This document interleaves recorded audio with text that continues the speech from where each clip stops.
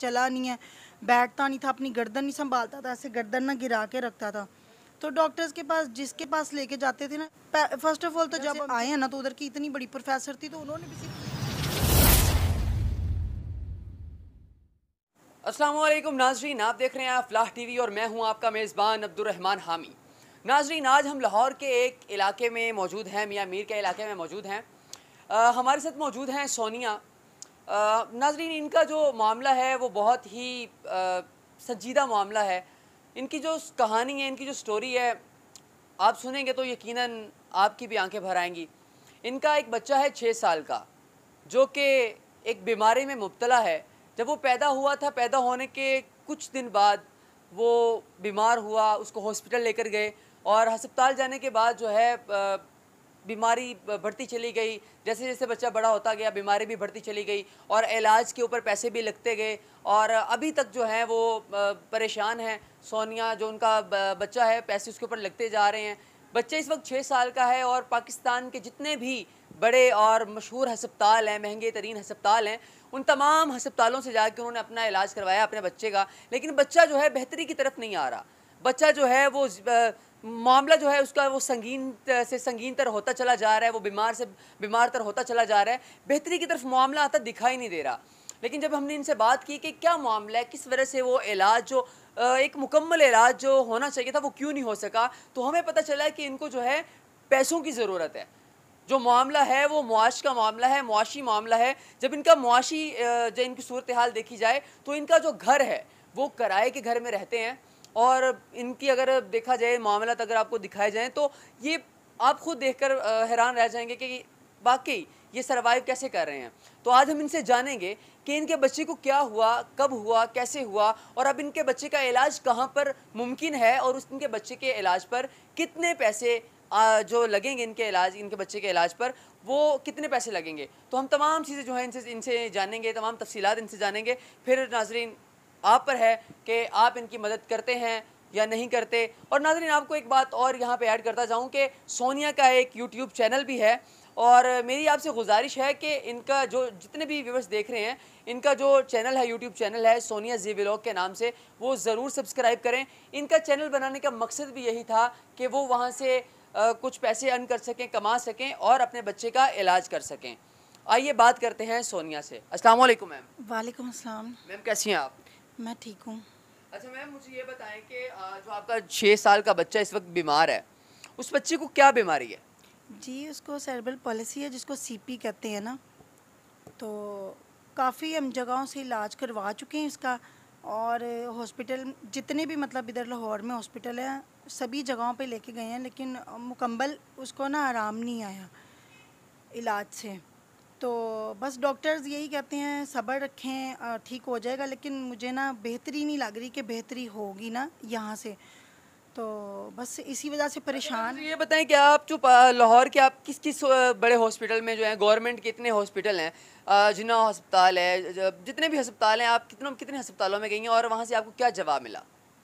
पहले तो ये बात है, हॉस्पिटल्स में जब चले जाते हैं ना तो वो ठीक से पूछते ही नहीं हैं बच्चों को, ना ठीक से पूछते ही नहीं है। जब उनसे पूछो ये इलाज है इस तरह तो वो फ़लाँ फ़लाँ कमरे में चले जाओ। फ़लाँ फ़लाँ कमरे में आपको तो पता ही है कि यहाँ का जो चिल्ड्रन हॉस्पिटल है वहाँ पे भी काफ़ी ज़्यादा कमरे हैं। वो 1 बाय 1 सारे कमरों में ना ऐसे बंदे को ना पागल बना देते हैं। तो बस वही है, फिर प्राइवेट लेके जाते रहें, प्राइवेट इसकी फ़ीस देते रहें। वो चिल्ड्रन हॉस्पिटल का प्रोफेसर ही है जिनके पास लेके जाते रहे, लेकिन वो भी मेडिसन देते रहे हैं, 4-4 5-5 बच्चे को सिरप और मेडिसन देते जाएँ और बच्चा ठीक से रात को सोता भी नहीं है। तो उसको ड्रॉप्स देते हैं, रिवोटेल ड्रॉप्स हैं वो देते हैं उसको 3 से 4 ड्रॉप्स, तो फिर वो सोता है। तो मतलब ये एक ऐसे डॉक्टर हैं जिनसे एक बच्चे का मतलब इलाज भी इनको समझ में नहीं आता कि क्या, बस क्या देते हैं जी ये इसको ये मसला है इस तरह। आपने मुझे कहा कि उनको एक बीमारी है, सीपी कुछ ऐसा आपने बताया मुझे। अच्छा, वो जो बीमारी है, उस बीमारी का आपको जो नॉलेज है वो कैसे हुआ कि वो बच्चे को बीमारी कैसे हुई? उस बीमारी का नाम आपको किस डॉक्टर ने बताया और उस बीमारी का आपको कैसे इल्म हुआ? जी, मुझे तब पता चला जब मैंने ना लास्ट जो हम बंसपुरे लेके जाते रहे ना डॉक्टर के पास, तो उन्होंने ना हमें 3 से 4 साल पहले की बात है, उन्होंने फिर हमें ये बताया कि इसको ये मसला है, वरना डॉक्टर्स हमें बताते ही नहीं थे कि इसको ये मसला है। वो कहते थे बस ठीक हो जाएगा, ठीक हो जाएगा। इस तरह की से ऐसे डॉक्टर्स हैं, किन डॉक्टर्स के पास आप जाती थीं जो कि बताते ही नहीं थे कि जी आपके बच्चे का इलाज, आपकी बच्चे की जो बीमारी है वो उसको क्यों उन्होंने जनाब उस पे उसको पोशीदा रखा था, क्यों छुपा के रखा था डॉक्टर्स ने? डॉक्टर्स का काम तो ये नहीं है ना कि वो एक बच्चे को बीमारी है कि बच्चा बीमार है और उसकी बीमारी को छुपा कर रखे। डॉक्टर्स का काम तो नाज़रीन बताना ये है कि वो बताएं, टेस्ट रिपोर्ट्स के बाद बताएं कि बच्चे को ये बीमारी है और बच्चा जो है ऐसे सेहतयाब हो सकता है। आपको इतना अरसा पता ही नहीं चला बीमारी का? हमने ना जब ज़िक्रिया 1.5 साल का हुआ ना, पहले तो हम देखते गए ना, 8 माह का हुआ, 9 माह का, नहीं क्रॉलिंग नहीं किया, मतलब बच्चा चला नहीं है, बैठता नहीं था, अपनी गर्दन नहीं संभालता था, ऐसे गर्दन ना गिरा के रखता था। तो डॉक्टर्स के पास जिसके पास लेके जाते थे ना, फर्स्ट ऑफ ऑल तो जब हम चिल्ड्रन हॉस्पिटल से आए हैं ना, तो उधर की इतनी बड़ी प्रोफेसर थी, तो उन्होंने भी सिर्फ ये कहा था कि इसकी साफ़ सफाई का ख्याल रखें और इसको ना केयर करें जितना हो सकता है। लेकिन उन्होंने भी उस टाइम पे हमें नहीं बताया कि ये क्या मसला है। तो जैसे ज़िक्रिया 1.5 साल का हुआ तो हम लोग परेशान थे, चल नहीं रहा, बैठ नहीं रहा, पता नहीं क्या बात है, गर्दन भी गिरा देता, बहुत ही परेशान करता था। और रात में ना मुसलसल ये रोता ही रहता था, चुप ही नहीं करता था, जिस वजह से मैं भी रो पड़ती थी इसके साथ कि इसको क्या मसला है, मतलब ये ठीक क्यों नहीं हो रहा। डॉक्टर्स भी हमें ठीक से गाइड नहीं कर रहे थे। जिसके पास लेके जाते थे वो कहते थे ये समझता नहीं, इसको सुनाई नहीं देता, ये बोलता नहीं, लेकिन जब उसको आवाज़ देते हैं वो हमारी तरफ देखता है और बोलने की भी कोशिश करता है, लेकिन बोलता नहीं है, बहुत समझ नहीं उसकी आती कि वो क्या बोलना चाह रहा है। बिल्कुल ऐसे ही है जी। बच्चा जब परेशानी की हालत में होता है तो माँ से ज़्यादा और कोई परेशानी होता है उसे देखने के बाद। अच्छा मुझे ये बताएं कि जो मंथली ख़र्चा है बच्चे की बीमारी के ऊपर और तमाम मामला जो हैं आपके, ये कितना ख़र्चा आ जाता है बच्चे की बीमारी पे? बच्चे का तो बहुत ज़्यादा खर्चा है, वो तो मैं आपको बयान भी नहीं कर सकती, क्योंकि उसका डेली का जो फूड है वही बहुत ज़्यादा ना महंगा आता है। उसका दूध, उसका फूड, उसका सीरियलैक, सब उसको चीज़ें ना लिक्विड फॉर्म में देनी पड़ती हैं, क्योंकि वो चबा के नहीं खा सकता कोई भी चीज़ ना। तो अच्छा मुझे ये बताएं मैम, आपके हस्बैंड क्या करते हैं? आपके खामद जो हैं वो क्या करते हैं? क्या वो ऐसी कोई नौकरी नहीं करते जिससे आपके अखराजात जो हैं वो पूरे हो सकें? जी, मेरे हस्बैंड ना ऑफिस में काम करते हैं, लेकिन वो अकेले काम करते हैं, तो ज़िक्रिया का बहुत ज़्यादा महंगा जो इलाज है वो करवाते भी रहे हैं, वो सपोर्ट करते रहे हमें।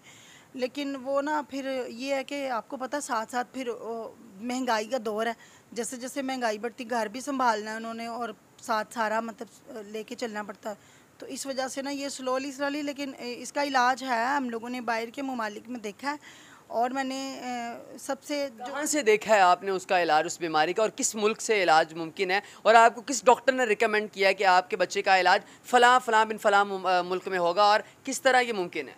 डॉक्टर्स तो हमें कहते हैं आप इधर से करवाई जो, वेट करो, लेकिन वेट कब तक करेंगे? जब वो 18 साल का हो जाएगा या 15 साल का हो जाएगा तब तक वेट करते रहेंगे। तो मुझे लग रहा था कि नहीं, इतना वेट नहीं करना चाहिए। फिर मैंने ना इंडिया में देखा इलाज का, नेट पे सर्च किया, इंडिया में देखा कि इसका इलाज है, तो लेकिन वो इलाज ना बहुत ज़्यादा महंगा है। कितना महँगा है? उस पे कितनी लागत आ रही, कितना खर्चा उस पे आ रहा है कि अगर आप मतलब बताएँ हमें तो हम अपने नाज़रीन को बताएँ कि भई इतना खर्चा आ रहा है, अगर कोई मदद करना चाहे तो वो आपकी मदद ज़रूर करेगा।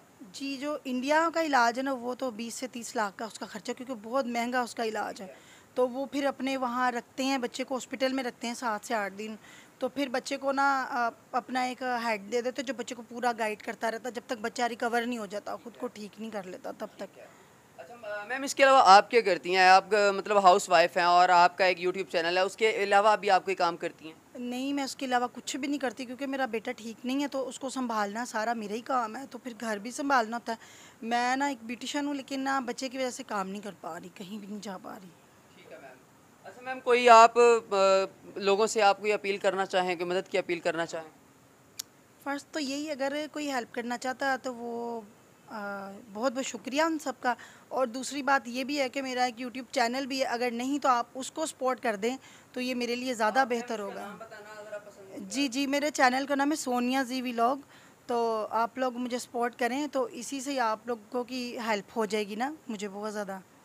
नाज़रीन, जैसा कि आपने गुफ्तगू सुनी सोनिया के, सोनिया साहिबा जो हैं उन्होंने बताया, अपनी तमाम तफसीलात बताई, बच्चे की बीमारी के बारे में बताया और तमाम तरफ से अखराजात बताया कि इतने अखराजात आ रहे हैं और आगे जो है मामला जो हैं वो अगर उसको हल हो सकते हैं ये मामला, तो इलाज अगर उसका मुमकिन है इंडिया से या बाहर के दूसरे ममालिक से, तो उनके ऊपर 20 से 30 लाख रुपया, मतलब अगर तमाम अखराजात डाल के देखा भी जाए तो 40 से 50 लाख रुपए का जो है ना इनका इलाज हो सकता है 40 से 50 लाख रुपए में। तो उनका ये कहना है कि अगर अगर कोई नहीं भी करना चाहता, अगर कोई मतलब नहीं इतनी मदद कर सकता, या अगर नहीं करते तो ज़्यादा से ज़्यादा जो है हमारा जो चैनल है, यूट्यूब चैनल है, उसको सब्सक्राइब ज़रूर कर दें, ताकि जो है वो हमारी मदद हो जाए।